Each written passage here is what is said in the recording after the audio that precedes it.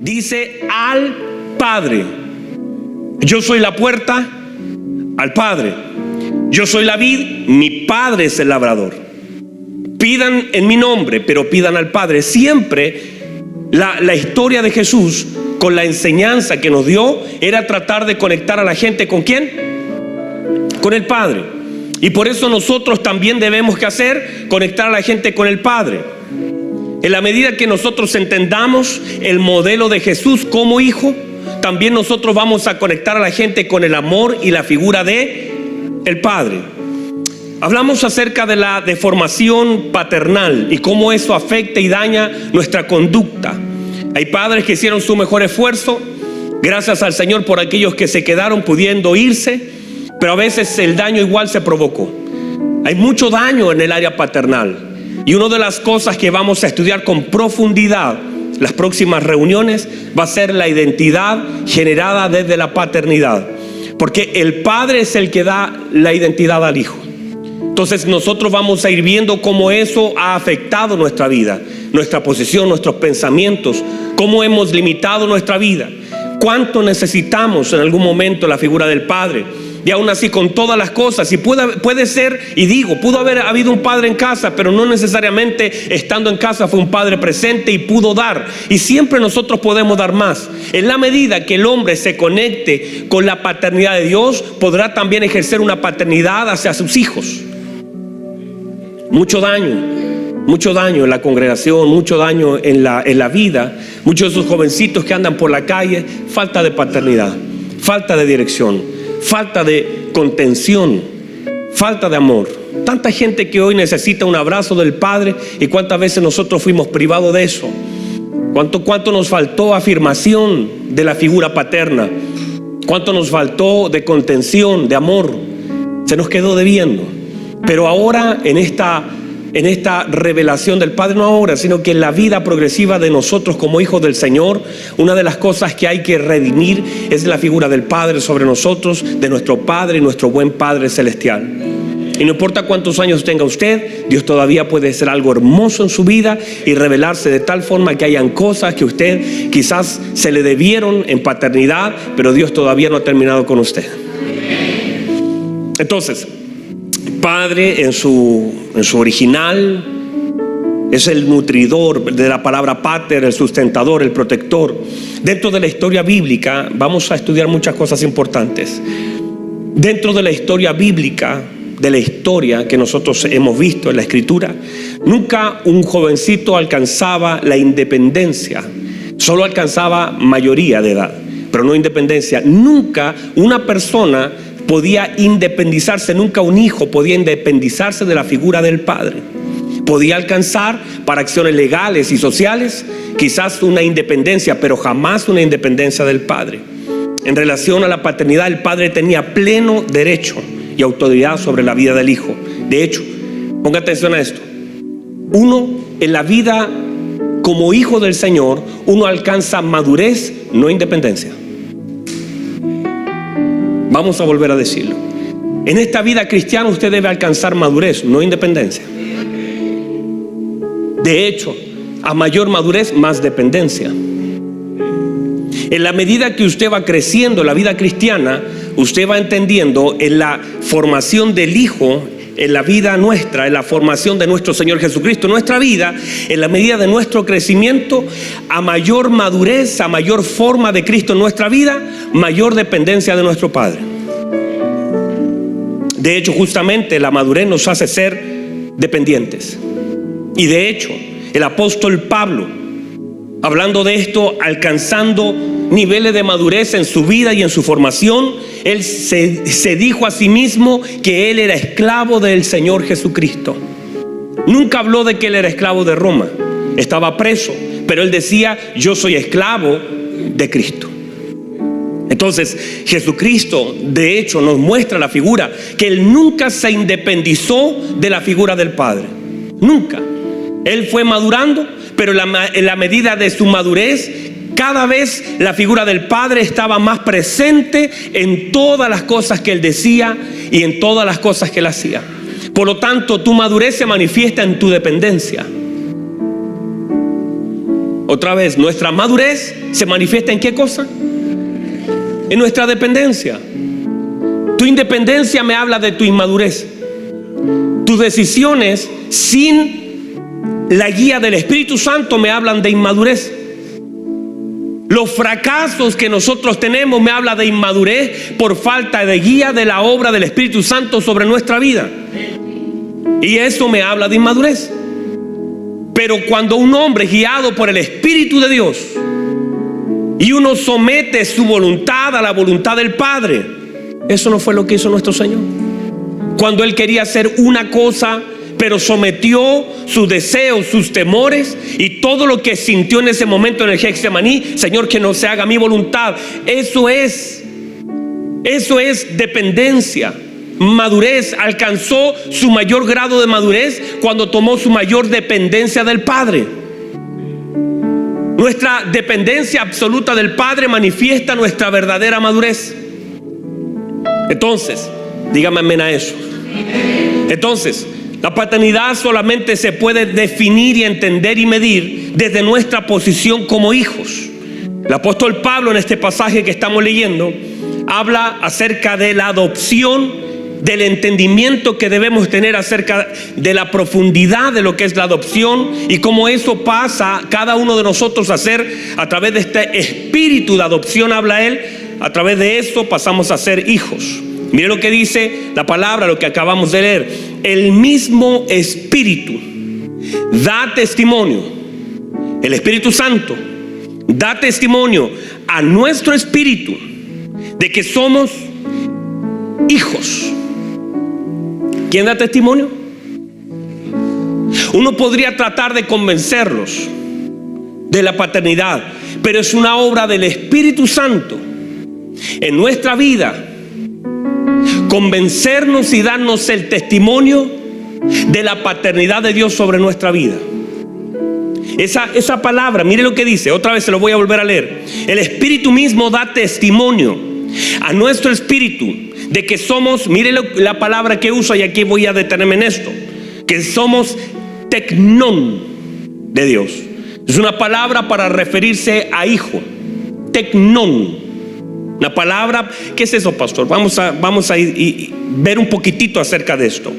Pasa que nosotros como hijos, así como en lo natural, usted sabe que la riqueza que hay acá en esta palabra, muchas veces nosotros leemos la palabra hijos, y para nosotros hijo es hijo, pero hijos en diferentes etapas, y esa figura de hijo en diferentes etapas es la misma de nuestros hijos, en estado de bebé, en estado de niño, estado adolescente, estado adulto mayor, estado de madurez, cada uno, pero cómo la dependencia y la relación definen a cada hijo. Hay hijos que por causa de ser tan pequeños no pueden ser agradecidos. Nunca un bebé te va a dar las gracias, va a recibir todo de ti y nunca te lo va a agradecer. Vamos a ver eso. Vamos a ver solamente un par de ellos porque son muchos. Pero lo primero, cuando se habla de niños, no sé si en multimedia puede buscar Gálatas capítulo 4, por favor.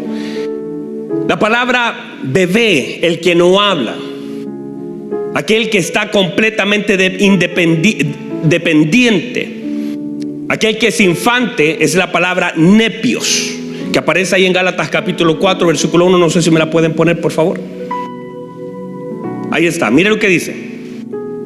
Pero también digo, entre tanto que el heredero es nepio. Esa es la palabra que se usa, un infante, uno que no habla, uno que no se comunica, uno que es bebé. Entre tanto que el heredero es nepio, un bebé. ¿Qué dice? En nada difiere del esclavo, aunque es señor de todos, pero no tiene la madurez para poder tomar posesión de lo que se le ha dado. Número 2, paidón. ¿Qué es un paidón? No es nosotros decíamos pailón. Es paidón, que es un adolescente. no sé si puede buscarme por favor Lucas 2:40. La Biblia dice esto del Señor. Dice que el Señor Jesucristo crecía con 12 años. Crecía. ¿En qué crecía? Mire lo que dice ahí. Y el niño, mire lo que dice ahí, paidón. Y el paidón crecía y se fortalecía y se llenaba de sabiduría, y la gracia de Dios era sobre él. Se habla entonces de una persona en un estado de adolescencia. Está creciendo, todavía es niño, pero ya está saliendo de la niñez a la adolescencia y la juventud. Luego, el tecnón, número 3, tecnón, que es un hijo que está camino a la madurez. De hecho, mire lo que dice Juan capítulo 1, versículo 11, usted lo conoce, lo hemos recitado. Dice: a los suyos vino, mas los suyos no le recibieron. Mas a todos los que le recibieron, les dio potestad de ser hechos tecnón, hijos. Pero note que es la palabra tecnón, que quiere decir hijo. Un hijo en proceso, un hijo que no es un bebé, pero es un hijo, no ha llegado a su plenitud. Nosotros todos, cuando llegamos a Cristo, fuimos tomados como hijos, no en un estado completamente maduro, porque esa madurez te la va a dar la obra del Espíritu Santo sobre tu vida. Y en la medida que nosotros vamos siendo guiados, porque mire lo que dice, por favor, póngame, no lo estoy perdiendo, ¿verdad? Mire lo que la Biblia dice. Dice: los que son guiados por el Espíritu, ¿qué son? Dice que los que son guiados por el Espíritu son ellos hijos de Dios, ¿verdad? Ahora, esa palabra hijo es la siguiente: huios. Esa palabra no es tecnón, no es paidón, no es nepios, es huio, que quiere decir hijo maduro, hijo que es capaz de tomar herencia y hacerse cargo. Entonces mire lo que dice: los que son guiados por el Espíritu son huios, son hijos maduros.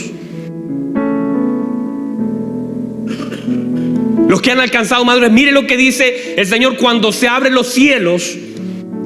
Se abren los cielos, la Biblia dice: este es mi hijo huios, mi hijo maduro.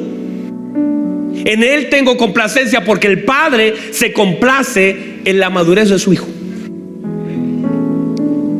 Entre tanto, ¿están aquí todavía? Entre tanto que el heredero es niño, es un infante, no difiere del esclavo. O sea, hay cosas que por la falta de madurez en nuestra vida no podemos acceder. No hay diferencia. Entre tanto que somos niños, infantes, paidón, nepios, no crecemos. Hay cosas a las cuales no podemos acceder por la falta de madurez. Pero cuando se habla del Señor en su estado de madurez, cuando el diablo lo va a tentar, le dice: si eres un huios de Dios, un hijo de Dios, un hijo maduro. Hasta el diablo reconoció la madurez en el Señor. En la medida que nosotros vamos creciendo, podemos ir por causa de la madurez. Somos hijos, todos nosotros somos hijos de Dios, ¿verdad? Dígame amén a eso. ¿Usted es hijo de Dios? ¿En qué etapa está?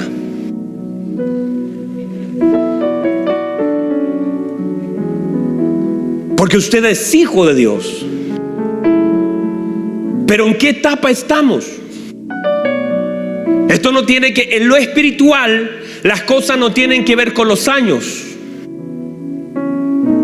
Porque fácilmente a mi hijo yo lo puedo catalogar en adolescencia, lo puedo catalogar en joven, tiene 20 años, digo es un joven adulto, puedo catalogarlo, es un bebé.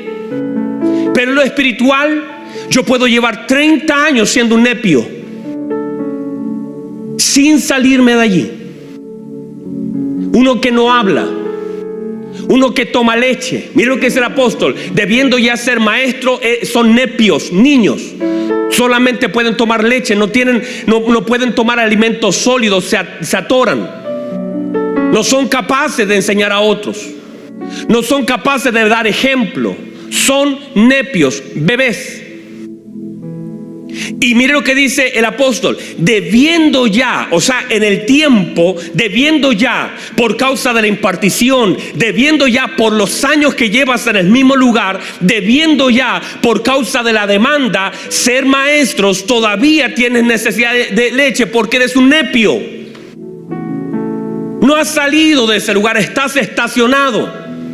El problema es cuando la iglesia está en un estado infantil y no crecemos. Por falta de madurez no accedemos, no complacemos el corazón. Porque mire qué importante es esta palabra, porque los eruditos establecen que solamente un huíos tenía acceso a la autoridad. No se ponía a nadie más que a un huíos con derecho de posesión y posición, que se asumía que un huíos tomaba completamente la figura de hijo.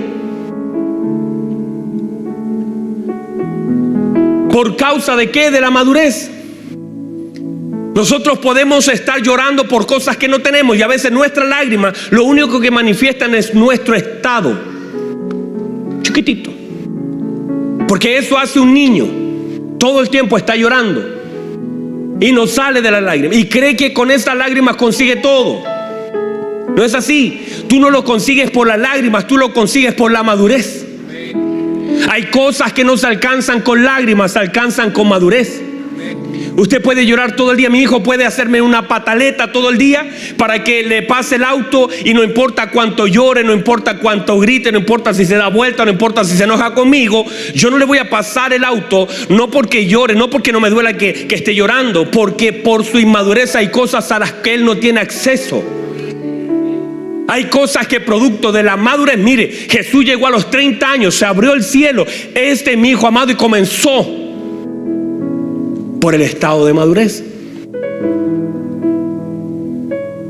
¿Cómo entonces el Señor nos va a confiar si todavía somos así pequeñitos? Lloramos por todo, peleamos por todo, nos taimamos por todo, todo nos duele, todo nos afecta. Somos sensibles, no estamos maduros, no tenemos capacidad de enfrentar los desiertos. Llegamos el primer día al desierto y ya nos sentimos morir. No podemos enfrentar, no está la palabra en nosotros, no podemos resistir. Una de las cosas del huíos en Cristo cuando está en el desierto es capaz de resistir la tentación. Eso manifiesta un estado. Cuando usted está en el desierto, en necesidad, y es capaz de resistir la tentación a la crítica, la tentación sexual, la tentación a tomar, la tentación a mentir. Cuando usted es capaz de resistir la tentación, está en un estado de madurez. Usted le dice al niño no se lo coma, y el niño lo va a tomar igual. El niño no tiene capacidad de determinar, no tiene los sentidos ejercitados. Estamos peleando todo el día. Huíos, un hombre maduro, un hombre que valora, un hombre que tiene posición, un hombre que complace. Este es mi huío, mi hijo amado. En esa madurez yo tengo complacencia.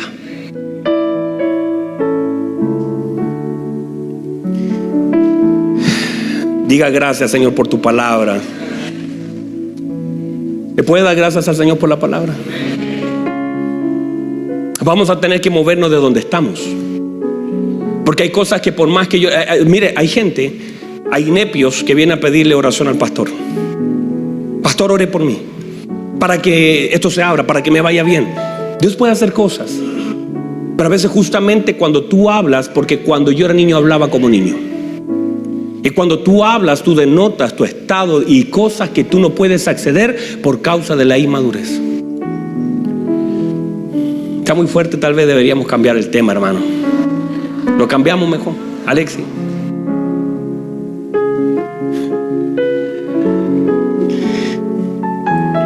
Vamos a dejarlo allí por ahora.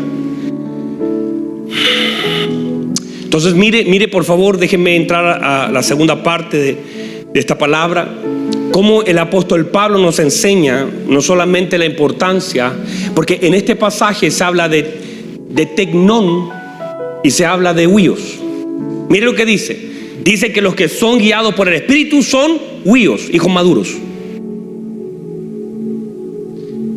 Y dice que el Espíritu da testimonio a nuestro espíritu que somos tecnón, somos hijos. Porque el hecho es que nosotros somos hijos del Señor. Al Señor llegar a nuestra vida, al ser bautizados, somos hijos del Señor. El tema no es si eres o no, sino en qué estado estamos actualmente. El hecho de la adopción, estuve investigando sobre este tema, y pasar de una familia a otra era muy complejo. Y se debía hacer de una forma completamente legal. De hecho, Dios no opera en otra forma, Alexis. Dios opera solamente en la legalidad. Dios no opera en la ilegalidad. No hay forma que usted trate de meter a Dios en algo ilegal, porque no se puede. Por eso, cuando usted es legal en todos los aspectos de su vida, tributarios, hay gente que quiere ver la mano del Señor y está haciendo cosas ilegales en sus empresas. No puede ver la mano de Dios. Lo que puede ver es que tenga más plata en la cuenta, pero no que esté agradando a Dios y que Dios esté en ese asunto, porque Dios no opera en lo ilegal. Eso lo hace un nepios. Entonces, Romanos establece que los que son guiados por el Espíritu, ¿por qué? Porque el Espíritu cumple una función vital. Diga conmigo, vital. No es una opción, es vital, es irreemplazable. Y muchas veces nosotros, por nuestras malas decisiones, manifestamos la falta de guía del Espíritu Santo, la falta de dirección del Espíritu Santo. Muchas veces estamos siendo la consecuencia de la falta de guía y dirección del Espíritu Santo. Y muchas veces tenemos que pagar nosotros y mucha gente a nuestro alrededor la falta de dirección del Espíritu Santo sobre nuestra vida. Qué distinto es cuando somos guiados por el Espíritu Santo, porque Dios respalda. Al lugar donde el Espíritu Santo te lleva, Dios respalda y se hace evidente el favor de Dios. No quiero decir que las cosas son fáciles, pero el respaldo de Dios hace que las cosas sean posibles. Que el Espíritu Santo te guía a una dirección que no necesariamente es fácil. De hecho, lo hablamos y toqué un poquito el día martes acerca de la asignación. El hecho de que tú seas asignado a un lado no quiere decir que sea fácil la asignación. Jesús fue asignado a Israel y fue puesto y fue a llevar el mensaje a Israel como una asignación, pero no quiere decir que le fue fácil predicar allí. Que tú seas guiado por el Espíritu Santo no quiere decir que las cosas sean fáciles, pero tienes todo el respaldo del cielo. Y la pregunta es, si tienes el respaldo del cielo, ¿qué cosa te falta? Si tienes el respaldo de Dios en lo que tú estás haciendo o en lo que tú haces guiado por el Espíritu Santo, no es que meto a Dios en mis planes, es que tú estás en los planes de Dios. Es que tú eres guiado por el Espíritu Santo para hacer conforme lo que el Espíritu Santo quiere que nosotros hagamos. Entonces, en el mismo pasaje nosotros encontramos estos dos términos, y de alguna forma es importante, y el apóstol nos habla la importancia de entender la adopción y cómo nosotros somos hijos. Aquí quiero ir cerrando. ¿Está bien, Alexis? Usted me tiene que decir amén o no. Amén. No, porque ellos no me dicen nada. Entonces nosotros llegamos a ser hijos. ¿Sabe por qué? Por adopción. A nosotros nos adoptaron. Estuve estudiando un poquito acerca de esto. Mire, hay dos términos que se usan para poder adoptar a alguien: el emancipato y el vindicatio, que eran dos cosas que se hacían. Mire, póngame atención, no quiero leer porque me cansa leer, hermano, pero quiero ir ordenadito, por eso estoy ahí. Mire, me está mirando. Míreme, por favor. Cuando alguien estaba siendo adoptado, lo primero que se requería eran 7 testigos. Estos testigos estaban presentes para efecto de herencia. Por si se moría el padre, uno de los 7 debía atestiguar que él fue testigo presencial del traspaso de familias. Entonces, lo que se hacía era una cosa simbólica, muy rara, pero se tenía una balanza, se tenía monedas, y el padre actual de aquel que iba a ser adoptado por otro lo que hacía era pesar monedas y hacer una venta ficticia. Primero hacía una venta y él mismo compraba a su hijo 2 veces. Pero la tercera vez hacía una venta sobre su hijo y él no compraba y el otro compraba. Y así quedaba rota la patria potestad de este padre sobre la vida de su hijo. Luego de eso iban donde un gobernador romano para que pudiera legalizar esta situación. Una vez legalizado y todo, con todo un protocolo difícil que no hay tiempo ni es muy fome también explicarlo. Entonces, pero todo eso se hacía y una vez que se terminaba el proceso con el simbolismo que era clave, con los testigos y con el agente romano en ese tiempo, quedaba entonces el derecho transferido. No había forma, míreme por favor, no había forma de volver atrás en este proceso. Una vez que era adoptado de una familia a otra un hijo, no había forma de deshacer ese nuevo derecho. Y ese es el concepto que usa Pablo para hacernos entender que fuimos adoptados. Con 2 cosas muy importantes, y por favor míreme y póngame atención para cerrar. Con 2 cosas trascendentales. Porque cuando el niño o la persona era transferida a la otra familia, él perdía toda relación con esta familia antigua. Se rompía toda relación. Si ese muchacho estaba en deudas en esta familia, pasando a esta familia ya no tenía deudas. Si este muchacho tenía condenas, por eso se hacía mucho eso, tenía condenas con la justicia, pasando a esta nueva familia ya no las tenía. Si este muchacho había sido un delincuente, pasando a esta familia ya no era delincuente.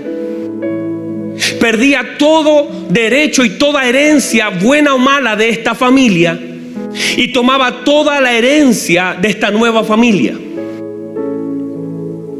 Por eso no importa quién fue tu papá, no importa lo que tú viviste, porque en tu antigua, y tú tienes que tomar el concepto, en la antigua paternidad y en la antigua naturaleza que operaba en nosotros con todas las maldiciones que habían, eso fue antes de Cristo. Ahora estás saliendo de esta familia de los Palma, de los Herreras, de los García, de cualquier familia saliste, de la maldición adámica que te tenía condenado, endeudado, y fuiste transferido a la familia de Dios. Y en esta nueva familia ninguna condenación hay para los que están en Cristo Jesús. No hay condenación. No hay ninguna condenación para los que están en Cristo Jesús. Eso lo dice Romanos, comenzando Romanos 8:1. Parte el apóstol Pablo haciendo esta declaración: ninguna condenación hay para aquellos que están en Cristo Jesús.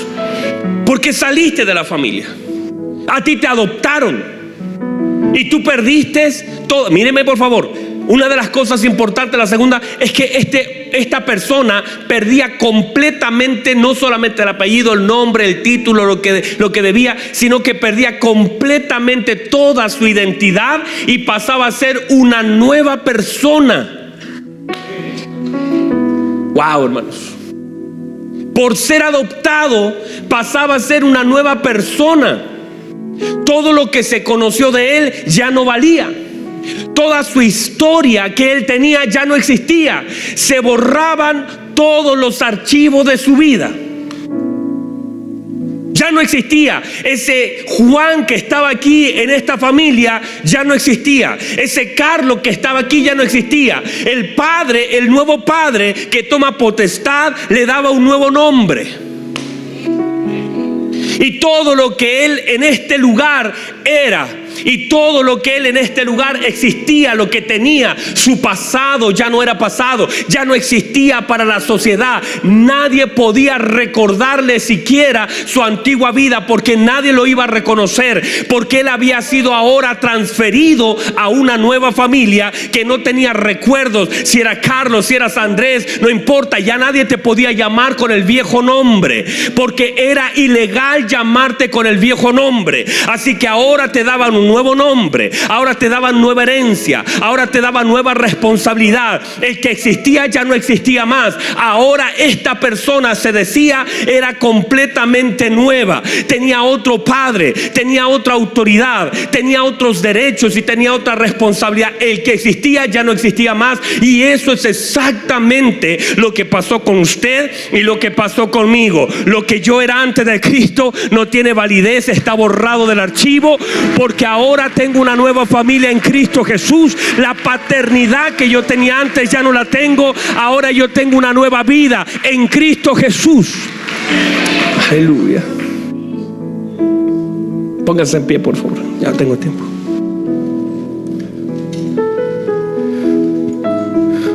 Es tan fuerte el apóstol Pablo cuando habla de la adopción, es tan fuerte el concepto que lo pone en un concepto de legalidad.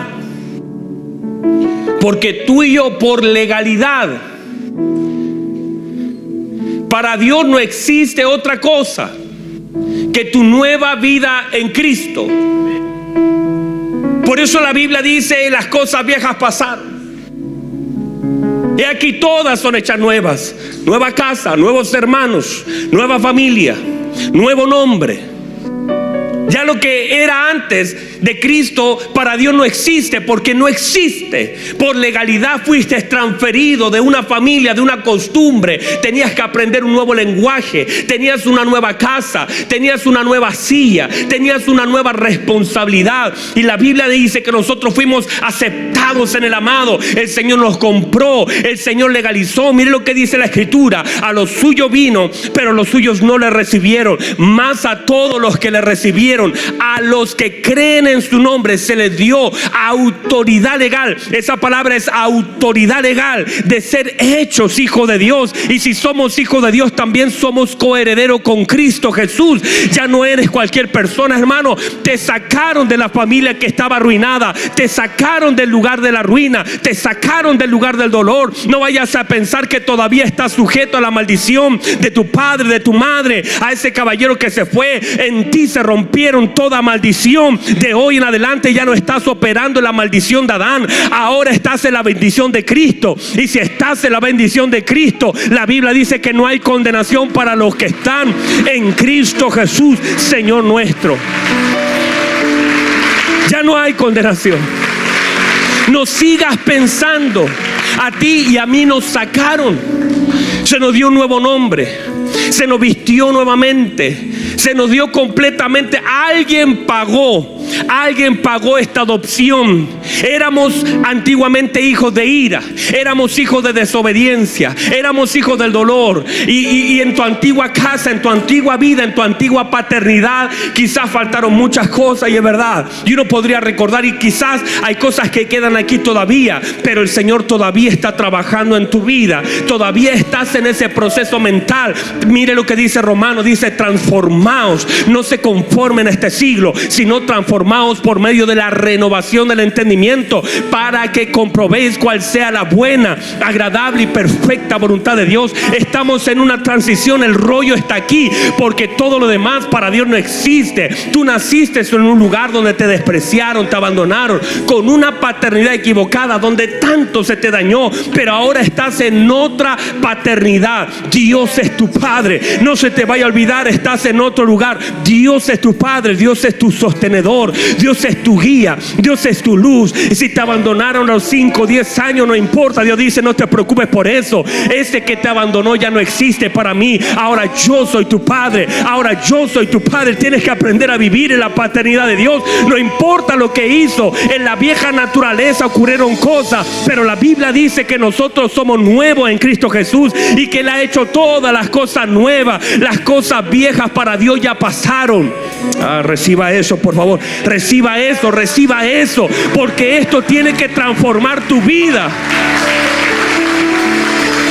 No sigas conectado a la familia antigua. No sigas conectado a esa vieja naturaleza. A ti te sacaron, a ti te pagaron, a ti se te hizo un documento legal. Se rompió el acta que nos era contraria. La Biblia dice que el Señor despojó a los principados y toda autoridad de toda acta que nos era contraria. Y dice la Biblia que la tomó y la clavó en la cruz y la exhibió públicamente y triunfó sobre ellos en la cruz. Ya esa legalidad antigua no existe. Tu vida está en Cristo.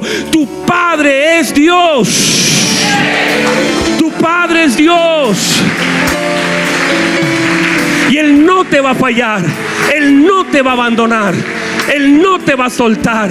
Él no va a tratarte como te trataron cuando eras pequeño, porque hasta ahí pudieron. El diablo hizo todo su esfuerzo para humillarte, para pisotearte, para marcarte de por vida. El diablo hizo su mejor esfuerzo, y muchas veces los padres ayudaron en eso, pero hizo su mejor esfuerzo para traumarte, para que quedes inválido, para que quedes en lo de bar. Pero bendito sea el Señor, bendito sea el Señor, bendito sea el Señor, que no le alcanzó la fuerza. Había una mano poderosa que te sostuvo, había una mano poderosa que te ayudó. El diablo hizo su mejor esfuerzo, pero mira dónde estás. Estás aquí en la casa de Dios. El diablo no ganó, Cristo ganó. Cristo ganó, Cristo triunfó.